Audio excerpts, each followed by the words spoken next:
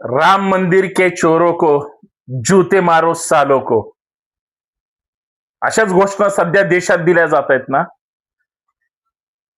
राम मंदिर वही बनाएंगे लेकिन तारीख नहीं बताएंगे पासून झालेला प्रवास आज राम मंदिराच्या तिजोरीवर दरोडा टाकण्यापर्यंत झाला.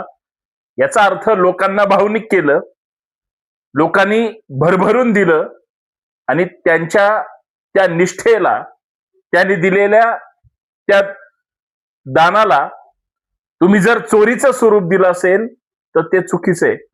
चोरी कुणी केली, कोणी दरोडा टाकला, चौकीदार सुद्धा चोर आहे, या सगळ्या गोष्टी ह्या जगाला माहिती आहेत.